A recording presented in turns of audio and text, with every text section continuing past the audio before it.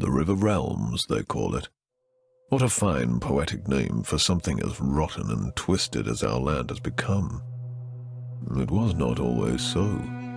Long ago, the old empire, the noblest and most enduring society created by humankind, spanned almost the entire continent of Zerine, the cradle of man.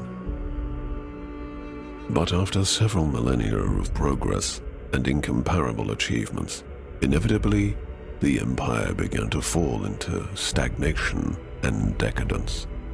Desperately holding on to their privileges and resisting change while trying to avert the collapse of the realm, the emperor and his theocracy took to measures that were worthy of true despots in cruelty. Subjugating weaker realms, enslaving whole nations, strip-mining foreign resources, oppressing imperial citizens, war on several fronts, genocide. Eventually, the gods could no longer tolerate such horrors wrought in their name. Foretold by an abundance of divine omens, they descended upon the empire to right its wrongs. Thus, in a chain of dreadful events that became known as the Calamity, they annihilated the empire in a matter of days.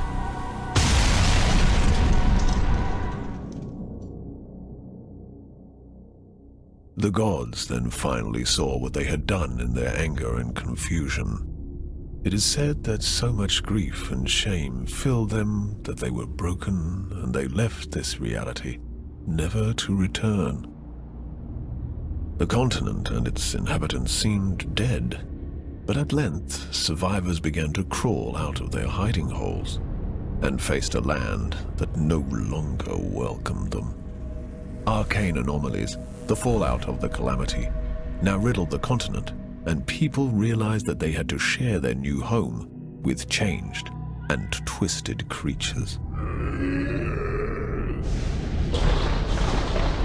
Terrible beings entered through the cracks in the tapestry of reality, arose to rule over the natives. In time, these new powers rebuilt the fallen empire in their own image, and the River Realms, now godless and vengeful, reincarnated from the ashes.